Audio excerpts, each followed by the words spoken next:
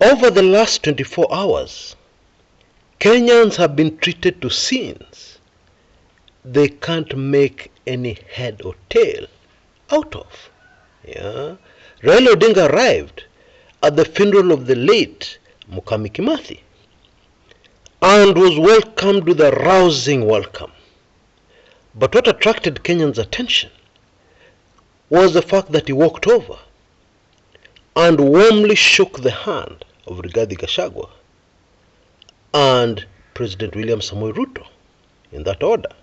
Now, most Kenyans will remember that Rigathi Gachagua told us that he would never shake Raila Odinga's hand.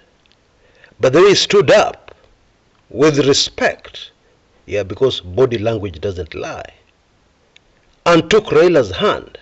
Is a complete contradiction of that. But the drama did not end there.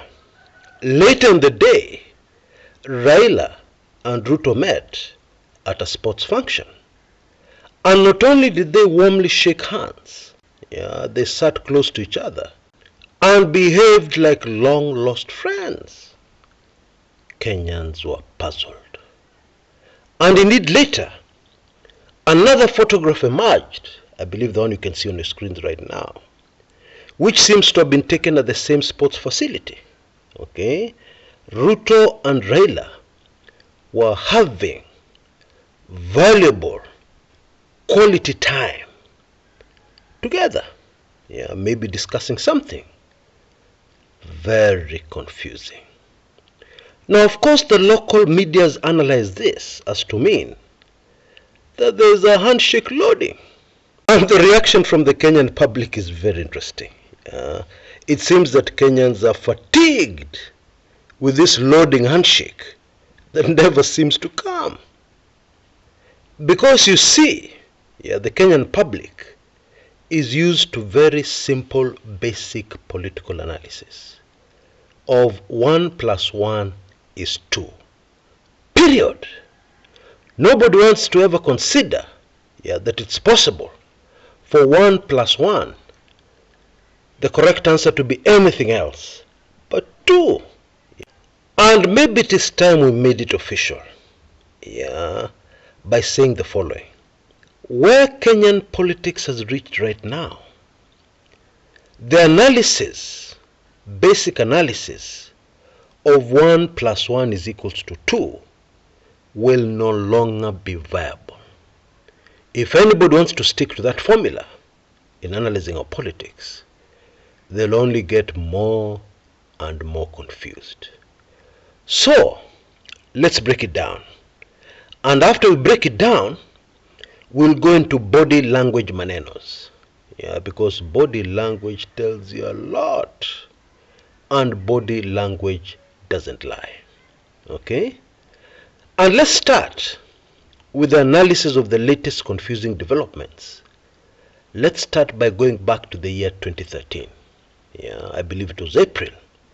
Immediately after a very hotly contested presidential election, which had gone right up to the Supreme Court, where the then Chief Justice, Willie Mutunga, disappointed many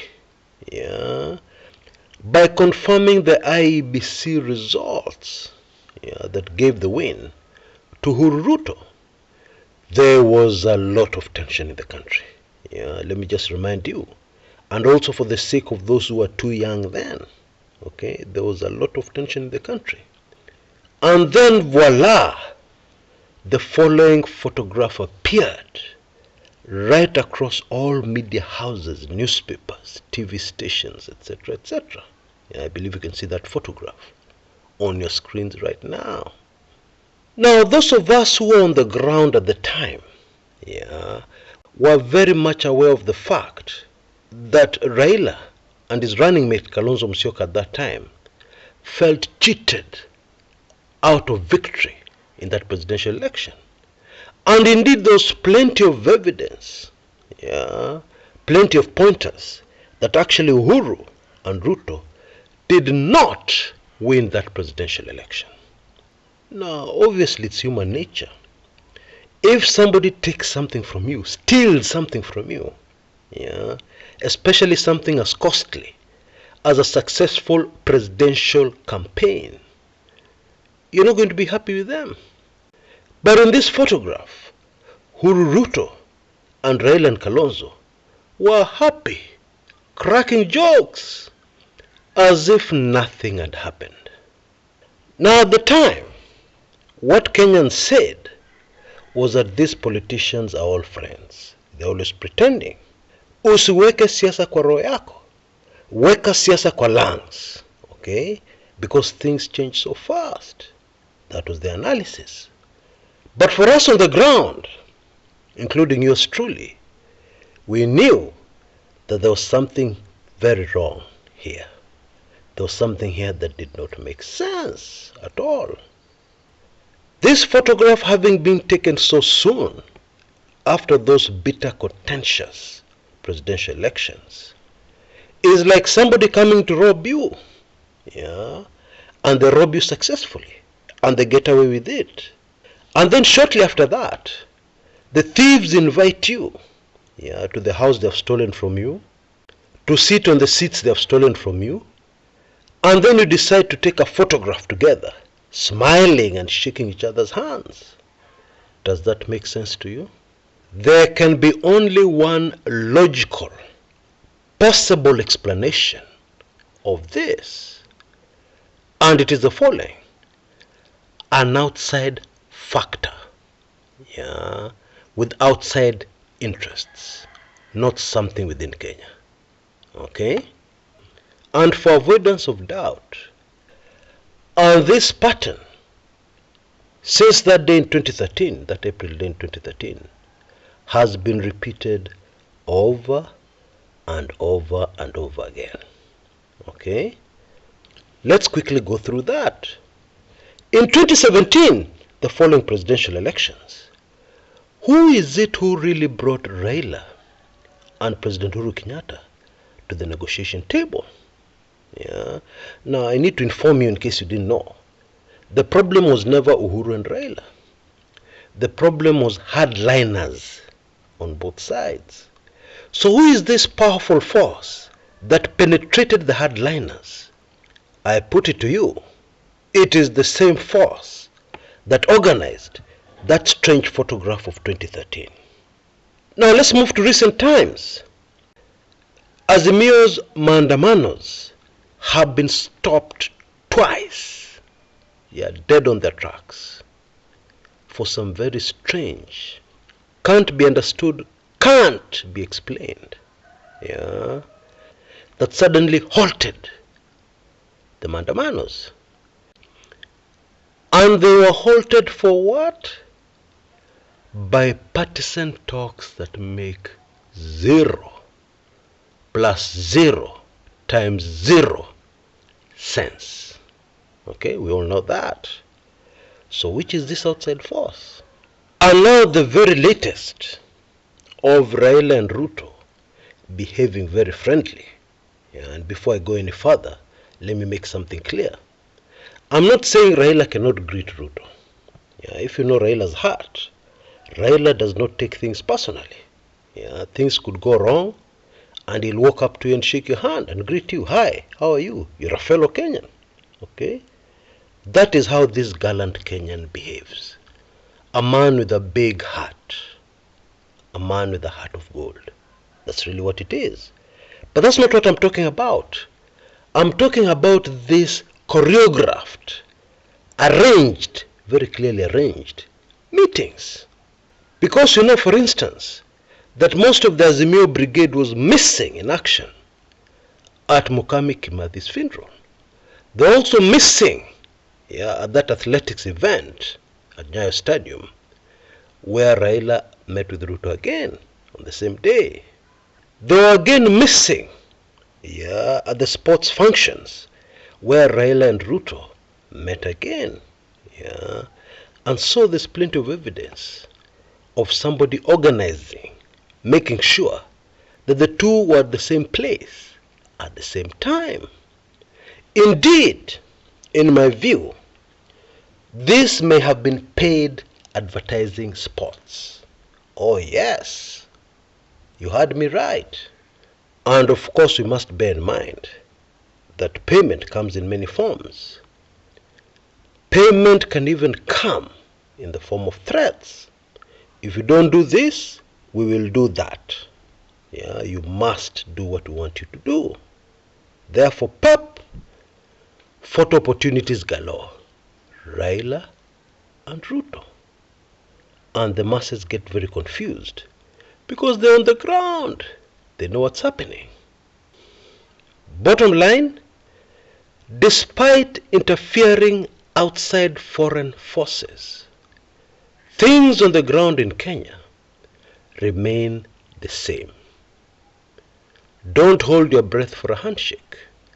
Don't wait for a handshake. Okay? Because the truth of the matter, the blunt truth, is that if Raila Odinga, for instance, today goes into a handshake with Ruto, that handshake will be on his own personal behalf. Kenyans will not be in it. Because right now, things in Kenya are very hard. Okay? Very, very difficult. And I'm sure Raila knows that. He's very much well aware of that. I mean, the man has his ear to the ground. He knows what people are feeling. He knows what Kenyans are going through. And that's one of the reasons why he's so popular. Now let's move on to the body language. In 2017, on this channel, we analyzed the then CEO of the IEBC, a man called Ezra Chiloba, reacting in court as the Supreme Court of Kenya under Chief Justice David Maraga gave a very important ruling over the opening of the servers.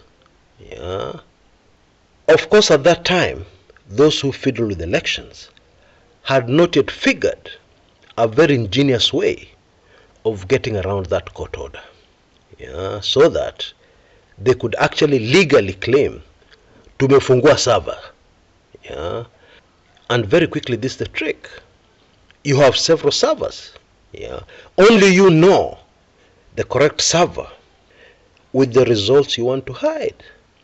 And so when a court order comes, inevitably, because those who have cheated out of an election want the servers to be opened, the IBC opens one of its servers, which does not have what is being looked for.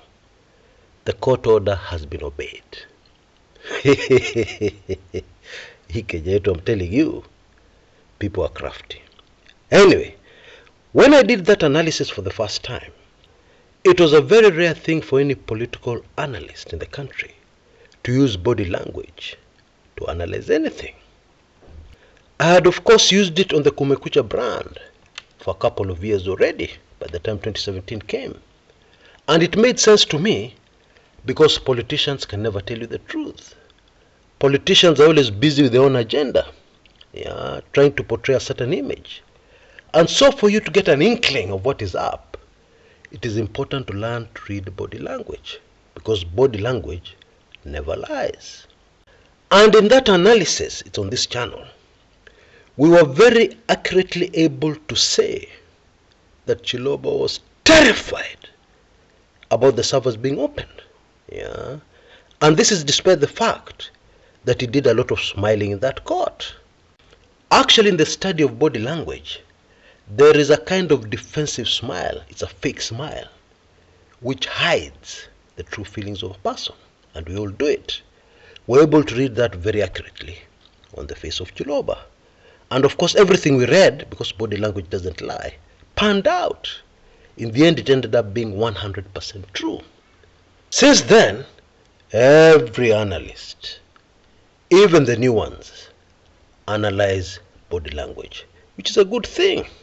It means that our analysis has gone a step further to a higher level, which is excellent for our country and excellent for a better Kenya, which is what we're fighting for every day.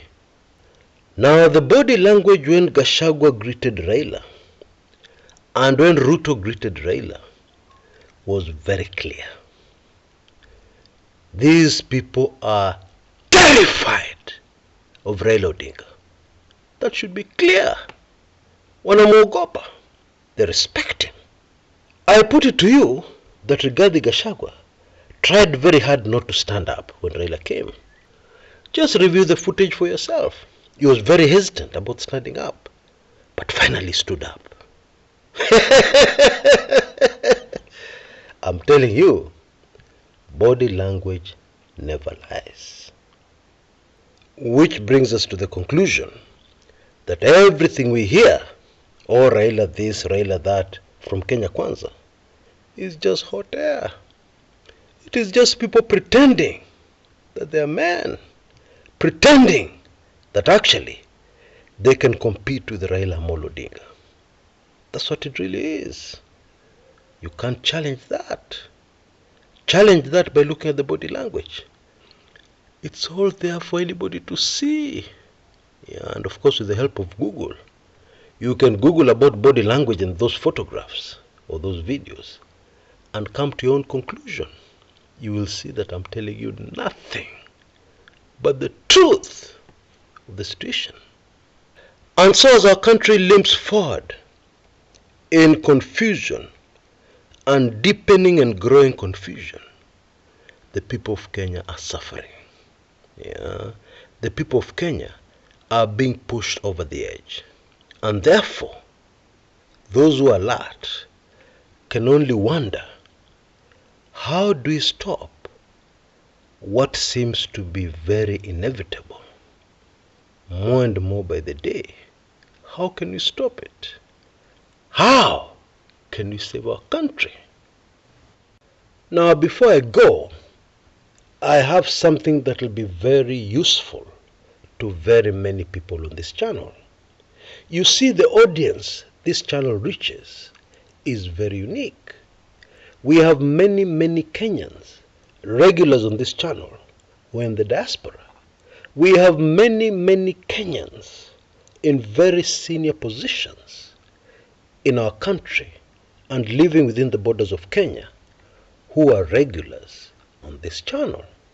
We have many politicians who are regulars on this channel. That is a very unique audience.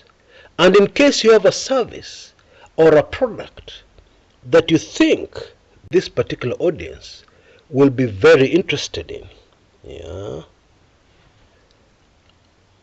and it is something genuine, something that will add value to their lives, something that will help Kenyans through these very difficult times, also through these very dangerous times. In case you have such a product or service, I will be very interested in partnering with you, and indeed even doing a video, a special video, focused on your product or service. Yeah, and of course doing it in an interesting way, introducing a new interesting angle, yeah, not from your point of view, from the point of view of your potential customer, from the point of view of your most satisfied customers. So if you're in business, drop me an email. Yeah, you can see the email address on your screens right now. As my contribution to Mother Kenya at this difficult time, I will do that video for you completely for free. Yeah, using my voice, using my talent, using the knowledge I have gained over the years, yeah, to be able to communicate to your potential audience, potential customers, in a way that it will be very difficult for you to communicate to them anywhere else. Okay, so I think you should take full advantage of this limited opportunity. Of course, I'll only take a limited number of businesses. Na sio maringo, it is because it's not practical, yeah, to do so many. So I'll just do a few as my contribution. Of course, I'll ask for a small fee for my time, yeah, but of course it will be a pittance, yeah, a fraction of what you'd have normally paid to reach such an audience. Yeah, so all you have to do is drop me an email, give me as much detail about your business as possible, yeah, send me your telephone number if possible, and I will get back to you after I've done my research, yeah, on your company, your business, etc., etc. I have my way even to be able to reach your customers, your current customers, yeah, those who are satisfied. And if I think that you have something that will add value to the lives of Kenyans, I will do that for you. And I'm sure it will be of great benefit to you. And also it's yet another way to support this channel and to support our cause here for a better Kenya. It is all in line with that mission of a better Kenya. Has this video made you intrigued about the presidency, especially the Kenyan presidency? Or have you always been fascinated by this office? Well, I have a recommendation to make. I have an ebook titled Dark Secrets of the Kenyan Presidency. Many of you have already read it, but many of you have also not read it. But that's not all. I have also adapted most of the book into videos, and you can receive both the book and the videos based on the book in your email, pop, in the next few seconds. You can see the offer on your screens right now, only $8.99. And I will even throw in something more, 3 months free membership to my weekly intelligence briefings. Now that has to be the offer of the year. So take full advantage of it. It will not last for long, just 1 or 2 days. So please rush and make sure that you get hold of Dark Secrets of the Kenyan Presidency. It has some very fascinating stories, most of them never before told. I'm sure you've never heard those stories. And they're not just stories, reality deep in State House. Okay? It is a super fascinating read, and also super fascinating to watch those videos. Dark Secrets of the Kenyan Presidency is a book like no other I have ever written. And for me, it was a very emotional experience. I started writing it in 2008, when the horrors of the 2007-2008 clashes were still very fresh on my mind. Untold horror that no Hollywood movie can ever match. And I knew then, more than anybody else, that indeed in Kenya, politics is a matter of life and death. And so writing this book was a journey of learning for me, and a very steep learning curve, for me. I finally completed it one day in 2009. The time was 3 or 5 a.m. I was exhausted, drained, and what is more, I had no idea what kind of contraption I had come up with. Was it good? Was it worth the read? Was it interesting? Because no matter how important your message is, if you do not deliver it in an interesting way, if you bore your audience, the message will never reach home. Looking back today, the reaction has always been very positive for this ebook. Some have called it a thriller. Many others have said it has changed forever the way they look at Kenyan politics. Until next time, this is Chris Kumekucha.